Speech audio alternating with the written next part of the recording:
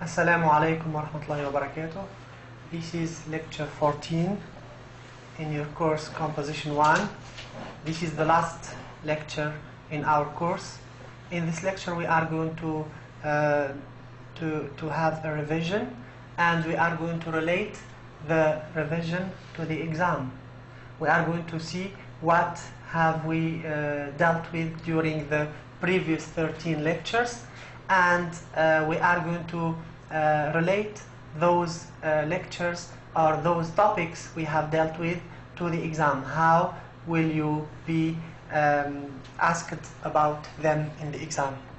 So we start with chapter 1. We start with the revision. We took the first chapter we took was chapter 1, Education and Student Life. In this chapter we learned we learned about choosing the best topic sentence. We dealt with the topic sentences, the characteristics of the topic sentence, and how we can choose the best topic sentence from a list of sentences. The second point was giving reasons with because, so, and therefore. We saw some sentences in which we used the connectors because, so, and therefore to combine sentences and have meaningful sentences in which we have the relationship between cause and reason.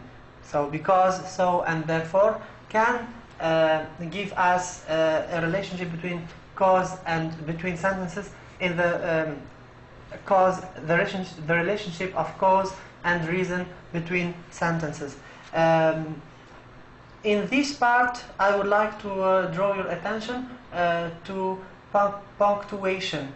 You should pay attention to punctuation when you use these three connectors. For example, because can be used at the beginning of the sentence. It can be used at the beginning of the sentence, and in the first part of the sentence, after the sentence that contains because, which is the dependent sentence, we need to put a comma at the end of the dependent sentence. Or we can use because in the middle between the two sentences, and in that case we don't need commas in our sentence. So can be used in the middle of two sentences, and before so we need a comma. We need a comma before it. Therefore can be used in the middle of two sentences or between two sentences to combine two sentences. We need either a full stop at the end of the first sentence and then capital T, and therefore we write therefore, or we need and a comma after it, or we need a semicolon and then we write therefore and comma after it. The next point in chapter 1 was using connecting words in addition and also. We said that in addition and also can be used to combine or to add similar ideas. The next point in chapter 1 was using transition words and phrases. First of all and finally. We said that first of all are used at the beginning of sentences, of paragraphs. To start a paragraph we use first of all, and at the end of the paragraph, if we want to end a list of things in a paragraph or a list of events, we use finally. We move now to chapter 2. In the course we dealt with chapter 2, which is about city life, and in this chapter we saw the point classifying sense details, and we spoke about adjectives that can modify sense details, or adjectives that can describe sense details, like for example things that we can see, things that we can hear, things that we can taste, things that we can smell, and things that we can touch. And here you need to know those adjectives, which ones can be used for to describe things that we can hear, and which ones can be used with things that we can see, touch, smell, or taste. The next point is identifying irrelevant information. Here we had an exercise in which we have a topic sentence and we have different supporting sentences. If you remember the diagram, the topic sentence was in the middle, in the center, and then we have different supporting sentences. And here we crossed out the irrelevant piece of information, the irrelevant pieces of information, the sentences that do not relate to that topic sentence. Number 3, we looked at writing concluding sentences. This is important to know. It is important to know how to conclude your paragraph, and it is important to know what to say in your concluding sentence. We said that in a concluding sentence you can speak about a hope in the future, a future hope, or you can summarize what you said in the paragraph. So these are ways of concluding sentences. And in the exam you will have a paragraph in which you should choose the best topic sentence and the best concluding sentence. So you will have all the supporting details in the paragraph, but your task is to choose the best topic sentence and the best concluding sentence. Next, we spoke about, we dealt with giving reasons with since. Since can be used to combine two sentences. It can be used either at the beginning of the sentence or in the middle of the two sentences. So here, since can also express the relationship of cause and effect. Next, we dealt with varying sentence structure. You remember that we can start sentences with when or because or since, which is better than using the same form of sentences in our paragraph. So you should know where to divide sentences and what point you can start with if you want to start with a new or with a different sentence structure in your sentences. Next, we spoke about correcting comma splices. We looked at the definition of comma splices. We said that two sentences which are written together and combined with a comma are a comma splice, and we need to correct this comma splice either by using a full stop instead of the comma splice or by adding certain words like then or before, or some words can be used to correct this comma splice. So in the exam you are going to be asked to identify which sentence is a comma splice. So you need to know the meaning of comma splices and how to correct those comma splices. Next, we dealt with chapter 3. The title was Business and Money, and in this title we looked at using a graphic organizer about business and money. You remember that we spoke about fortune or thievery, and I asked you to write the reasons why a motorist should return the money in a graphic organizer. You can write your ideas in a graphic organizer. Your reasons should be written as supporting details of your opinion. Next, we spoke about expressing obligation and giving advice with models. We saw the models must, mustn't, should, shouldn't, have to, do not have to. You need to know when to use these different models, and in the exam you will have sentences in which you should choose the best model to complete the sentence. So you will have the choice between A, B, C, D, and you will choose the best model which can complete the sentence and which can give the correct meaning to the sentence. Next, we dealt with identifying and correcting spelling errors. We looked at some words which are spelled incorrectly, and we corrected them. Okay, this is important. You should know how to write a word. We did an exercise about correcting spelling mistakes, so you should know how to spell those words correctly. In chapter 4, which was about jobs and professions, we dealt with the point of using the correct tense. We looked at the simple past and the present perfect.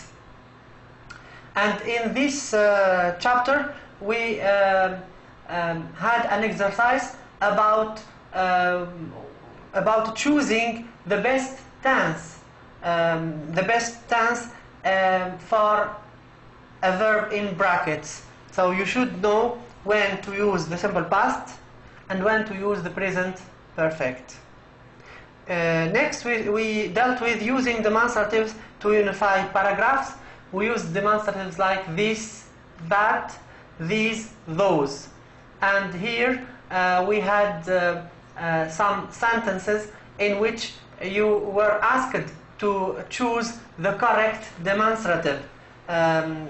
We said that this and these are about an experience that is recent and it is in the present, and that and those can be used with experiences that were that happened in the past. Okay, so you should know where and when to use this, that, these, or those. In the next point, we spoke about completing sentences with prepositional phrases and demonstratives. We looked at some prepositional phrases like on, day, and we said that we can say on that day, on this day, on these days, okay, for this reason, for that reason. So you should know how or when to use a prepositional phrase and a demonstrative with it correctly. And next we looked at chapter 5, which was about lifestyles around the world. In this chapter we discussed lessons learned from experience. We said that every experience we live can teach us a moral lesson. And here it's important to know experiences and lessons that can be learned from. Next, we dealt with using graphic organizer to write an anecdote. You remember that we spoke about that the anecdote can be divided into 3 parts: the beginning, the middle, and the end. And what can we speak about in the first part? What can we speak about in the second? And what can we speak about in the third part? And the last point was using the past perfect tense. We looked at the past perfect tense and its uses. Chapter 6 was about global connections. We started with analyzing prefixes and suffixes. We looked at ways of using prefixes and suffixes to change the part of speech or the meaning of words. And then we looked at completing sentences with the correct form of a word. Here we spoke about using nouns, verbs, adjectives, and adverbs in the correct place. And in the exam you will be asked about parts of speech of words. For example, you will be given a word and then you will be asked about what part of speech is that word. Is it a noun, a verb, an adjective, or an adverb? You should know the part of speech of that word. And also you will have a noun, which is or a word between parentheses, and then a blank, and you should put that word in the right in the right, or you should choose the right part of speech that can be in that blank space. Next, we spoke about using relative clauses, and here we introduced the relative pronouns: who, which, that, where, and when. And we said that who is used with persons, which is used with things, that is used with persons and things together, and where is used with place, when is used with time. This is generally what we have been doing in the previous 13 lectures. Now we are going to have an exercise which may prepare you to the exam. I want to tell you something about the exam. The exam will be about what we dealt with in the 14 lectures.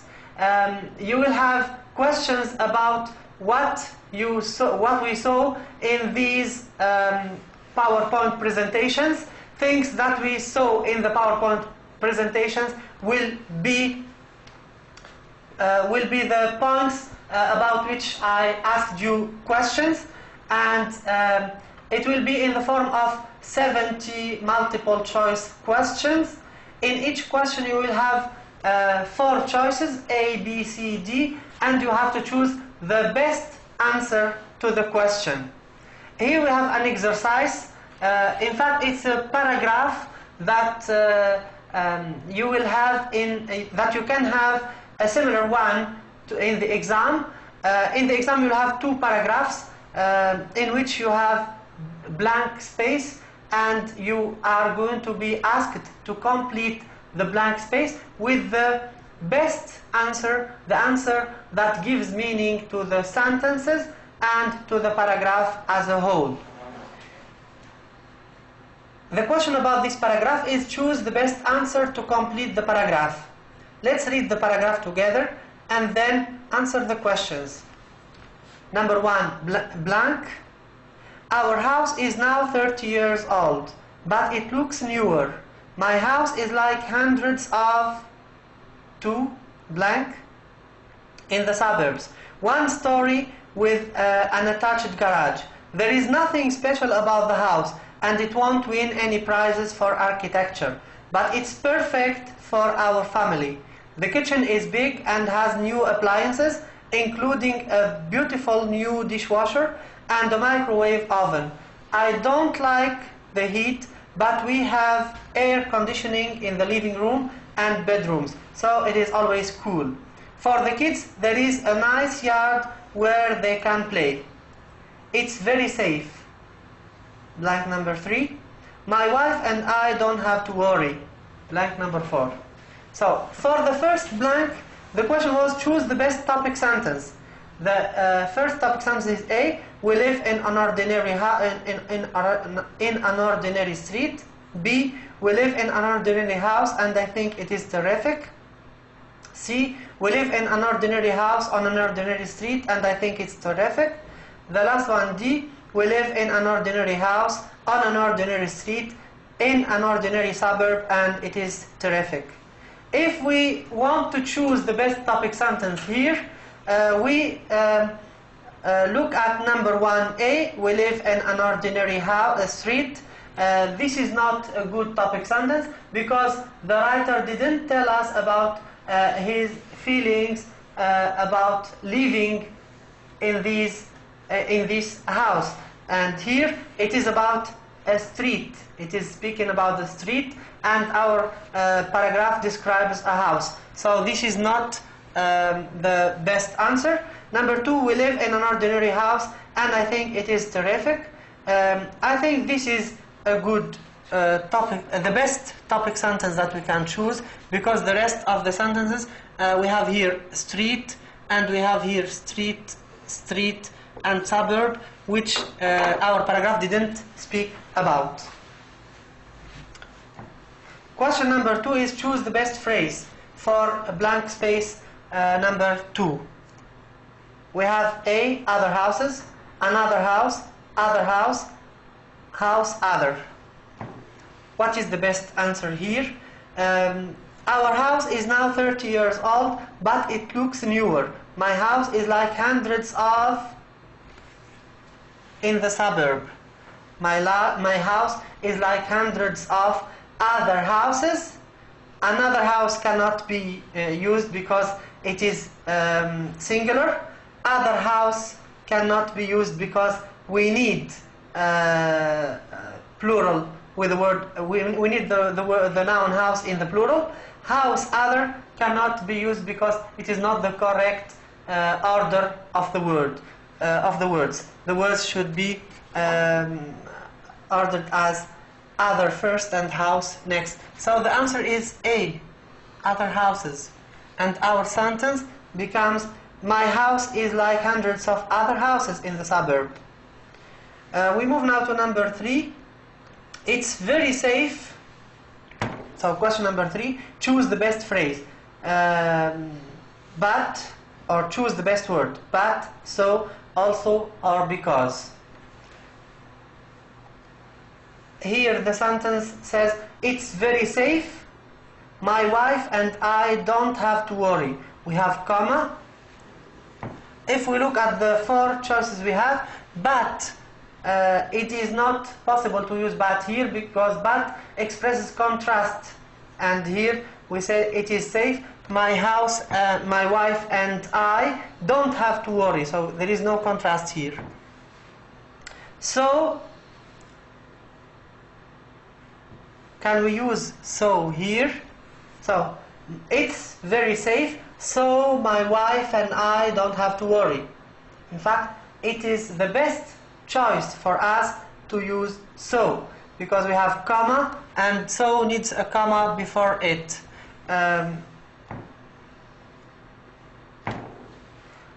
Also cannot be used here, because also connects similar information. Because cannot be used here, because if we use because, we shouldn't have a comma before it. So the best choice is so. The last question about this paragraph is choose the best concluding sentence. We have A, I am very thankful that we can afford this street and live our ordinary lives there. If you look at this sentence, you find that it is speaking about street, and our paragraph is describing a house. So this cannot be used as the best concluding sentence. Number 2, we can afford this street and live our ordinary house there. Same thing, it is about this street. I am very thankful. C, I am very thankful that we can afford this house and live our ordinary house, our ordinary lives there. D, we can afford this house and live our ordinary lives there. C and D are a little bit similar, but here we have expressing his feelings. He said, I am very thankful that we can afford this house, and this will be our best concluding sentence, because the writer should express his feelings or his hope for the future in a concluding sentence. So this is the way you can have your exam questions. I want to tell you something about the exam. The rest of the questions will be about the different points that we dealt with in the lectures, and you will have another paragraph in which you will have blanks, and you are going to choose the best words to complete the blanks, or to fill in the blanks in that paragraph, in order to have a meaningful paragraph and meaningful sentences. So this is the end of our course. In fact, I want to express my pleasure to have taught you this course, and my hope for you to do well in the exam. And also I wish that you benefited from the course and you understood the topics and the points that we dealt with in this course. I hope you all the best, and thank you very much.